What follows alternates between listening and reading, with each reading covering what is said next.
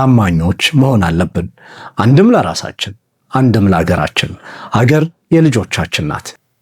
ሰላም ለእናንተ ይሁን። እንኳን አደረሳችሁ። እነሆ አዲሱ ዓመት ላይ ከገባን 2 ቀን አሳለፍን። አዲሱን ዓመት አዲስ ነው ብለን መቀበላችን ብቻ አይደለም፣ ኢትዮጵያችን ትልቅ የሆነውን ህዳሴ ግድባችንንም ጨርሰንላት ለሌሎች ትልልቅ ፕሮጀክቶች ራሳችንን አዘጋጅተን ነውና ወደ አዲሱ ዓመት የገባ ነው። እንኳን ደስ ያላችሁ፣ እንኳን አደረሳችሁ። እንኳን አደረሰን ለአዲስ ዘመን። ዘመን ጀመር ነው ይውጣልን ይባላል አይደለ? ተመስገን ብለን እንደጀመርን ፈጣሪ ደግሞ ተመስገን ብለን እንዳመሰገን ነው እንድንጨርስ ያደርግልን። ታላቁ ህዳሴ ግድባችንን ስናይበት የሁላችንም አሻራ ያለበት በህብረት በአንድነት እዚህ ያደረስነው ነው።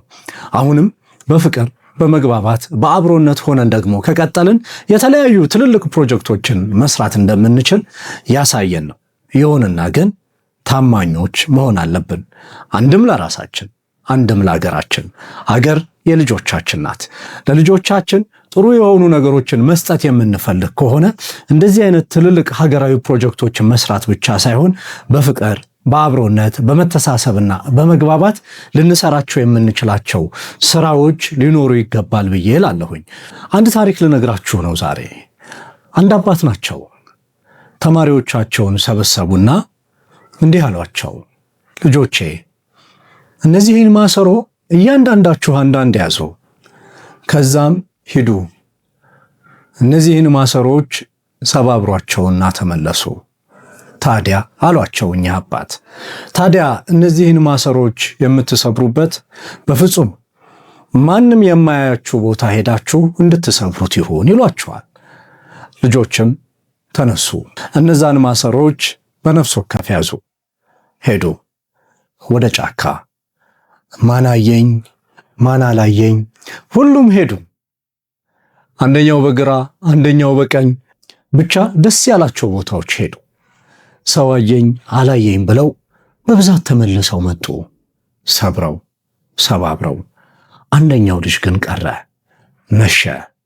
አረ ይሄ ሰው አውሬ በልቶት እንዳይሆን፣ አረ ይሄ ሰው ገደል ገብቶ እንዳይሆን፣ ሌላም ተባባሉ እርስ በእርሳቸው።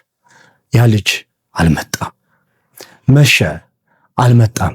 ከዛም እኛ መምህር እኛ አባት የእውነት ይሄ ሰው አውሬ በላው እንዴ ገደል ገባ እንዴ ብለው ማሰብ ጀመሩ። ሲመሽ ስበረውና ና የተባለውን ማሰሮ እንደተሸከመው ይዞት መጣ። ከዛም እንዲህ አላቸው፣ አባቴ ይዤው መጣሁ አለ። ሁሉም ሲያዩት ሳቁበት። ሁሉም ጓደኞቹ ተሳለቁበት። ሆ አንተ ሕግ የማታከብር ልጅ፣ አንተ ሞኞንክ ልጅ፣ ስበርና ና ብትባል ጭራሽ ይዘው መጣ። አምሽተህም እኛ አውሬ በላህ እኛ ገደል ገባህ እያልን እንጨነቃለን፣ አንተ ግን ጭራሽ አምሽተህም ይዘህ ትመጣለህ ብለው ጮሁበት። ሁሉም አባም በአንክሮ ያዩት ነበረ። ከዛም ናስቲ ልጄ አሉት። መጣ። እነሆ ጥያቄ ልጠይቅህ አሉና ጠየቁት።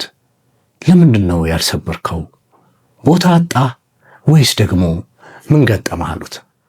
ልጁም እንዲህ አለ፣ አባቴ ሆይ ብዙ ቦታዎችንም አዳረስኩኝ። ሰው የሌለበት ቦታ በጣም የበዛ ቦታ አገኘሁኝ። እነዛ ቦታዎች ላይ ልሰብረውን ፈልጌ ነበረ። ይሁንና ግን ያሉን ሰው እንዳያያችሁ ሳይሆን ማንም እንዳያያችሁ ነው ያሉን። ታዲያ ማንም የማያየኝም ቦታ ማግኘት አልቻልኩኝም። ምን ማለት ነው ልጄ ብለው ጠየቁት። አይ አባቴ፣ ሰው እርግጥ የማያየኝ ቦታ እንዳልኩት አግኝቻለሁ። ይሁንና ግን ሁሉም ቦታ ላይ ፈጣሪ ነበረ፣ ሁሉም ቦታ ላይ አምላክ ነበረ። ስለዚህ ሰው ባያየኝ አምላክ ያየኝ ነበርና የት ቦታ እሱ የሌለበት ቦታ ሄጄ ልስበረው። ለዛ ነው መስበር ያጣሁኝና ይዤው የተመለስኩት አላቸው ይባላል። ልብ እንበል እስቲ፣ ሁላችንም ራሳችንን እስቲ በልጁ ቦታ አድርገን የእውነት የምንሰራቸው ጥሩም ይሁን መጥፎም የሆኑ ነገሮች ሰው አያየንም ብለን የምንሰራቸው እውነት ፈጣሪ እንደሚያየን ፈጣሪ ከኛ ጋር እንደሆነ ፈጣሪ ሁሌም በሁሉም ቦታ ሆኖ እኛን እንደሚያስተውለን ምን ያህሎቻችን ተረድተን ይሆን? ሌላውስ ደግሞ በጣም ብዙ ጊዜ እቅዶችን እናወጣለን፣ እንተገብራለን እንላቸዋለን። ግን ለራሳችን ታማኝ ሳንሆን፣ ለፈጣሪ ታማኝ ሳንሆን እነዛን እቅዶቻችንን እውነት ማከናወን እንችል ሲሆን ያቃተን ለራሳችን ታማኝ መሆን ይሆን?